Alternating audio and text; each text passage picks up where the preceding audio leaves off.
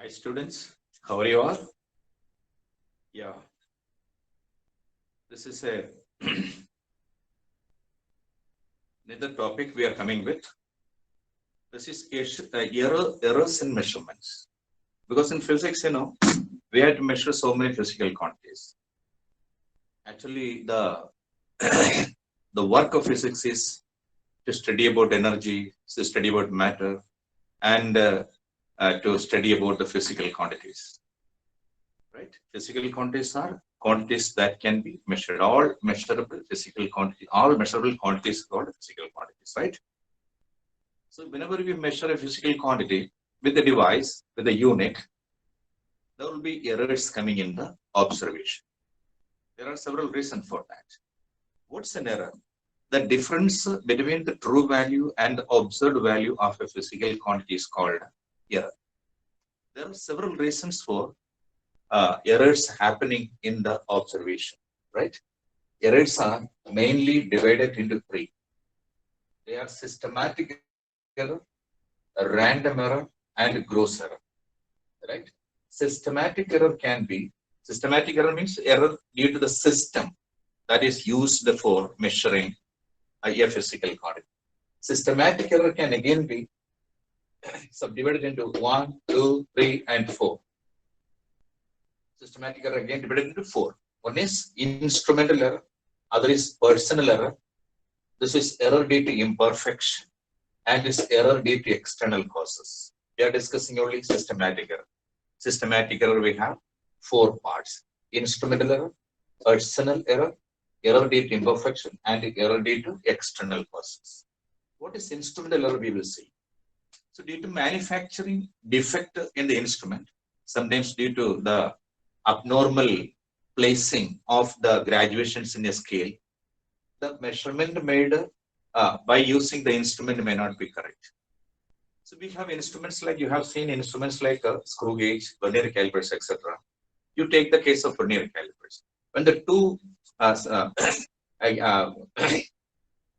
scales are close together, the two scales are close together, then sometimes we'll see that the zero of the main scale is not coinciding with the zero of the vernier scale.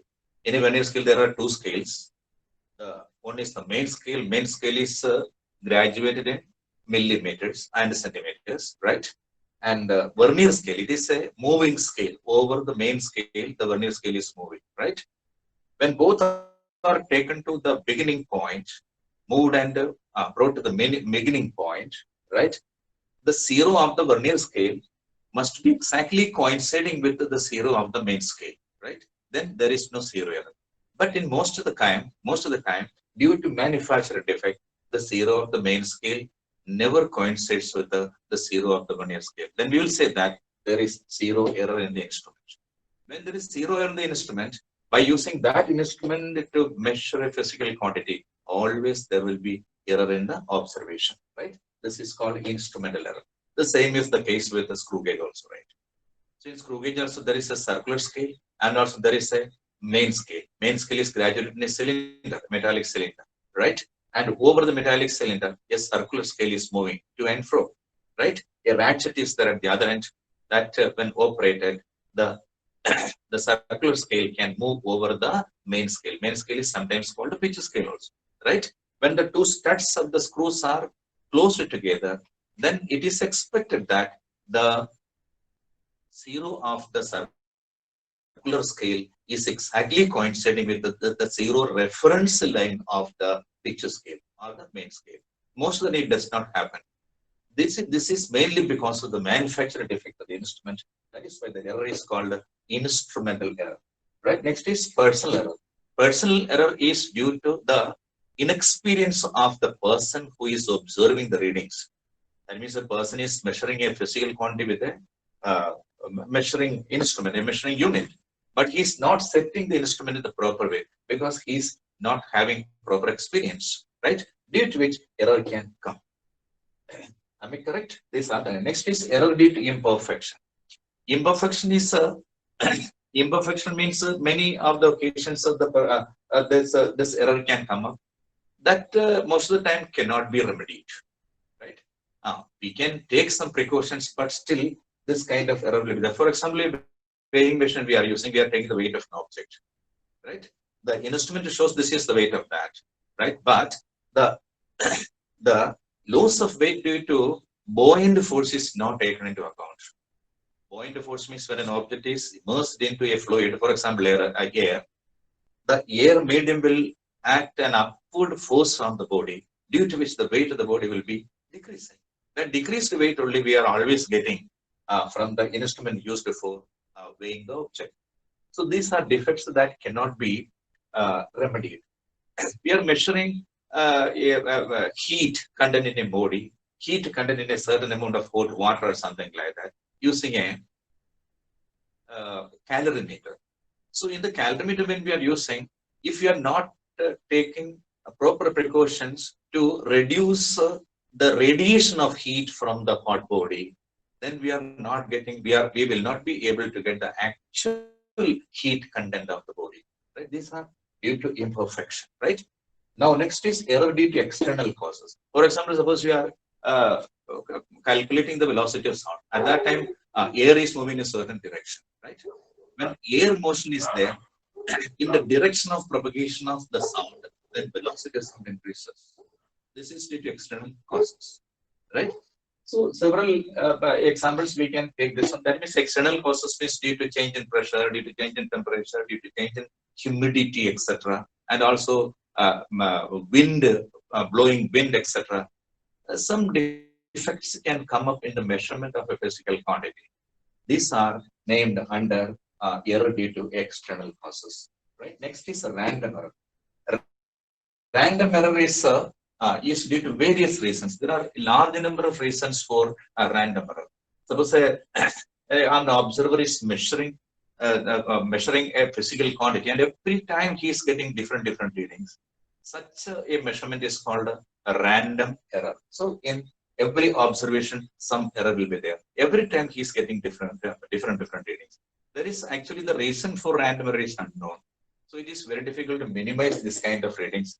The only method we are using to minimize the error due to this kind of problem, random error, is we take the observation of a physical quantity many times. Measure the physical quantity many times. Okay, every time you are getting different readings. Then all these different readings whose average is taken. Then to a considerable level, the error can be minimized. So this here is AM I wrote here on this board. That is AM is equal to A1 plus A2 plus A3 etc. Divided by N. This is what we call the random error. So random error means the reason is unknown. So random error can be reduced by taking the readings of a physical quantity many times and taking the average. Average value of the physical quantity can be believed as the real value or the true value. A mean can be taken for further calculations. We will take A mean as the true value of the physical quantity. Am I correct? Next is gross error. Gross error is due to the sheer carelessness of the observer.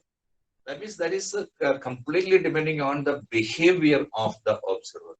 The behavior of the observer is not changing. He is not willing to change his behavior, right? His attitude. Then this error will be always there. This can be reduced only if he becomes sincere in taking the measurements of the physical quantity. So this sheer carelessness is what is called gross error. Gross error. So these are the ways how we can categorize errors into. Right? Now, how errors are represented. So, we can calculate error in what ways? Errors can be calculated in three ways. One is absolute error, other is relative error, and other is relative percentage error. So, what is an absolute error? So, this is, remember, these are the ways how we can represent error. A question can be how can we represent errors? Errors can be represented in physics in terms of three ways. One is absolute error, other is relative error, and other is relative percentage error. Now let us see what is absolute error, right? Absolute error is the difference between the true value and absolute error is the difference between the true value and the observed value is called absolute error, right? So first of all, this absolute error is mentioned here. You see here, right? Suppose that a physical quantity is measured many times, and every time you are getting different readings.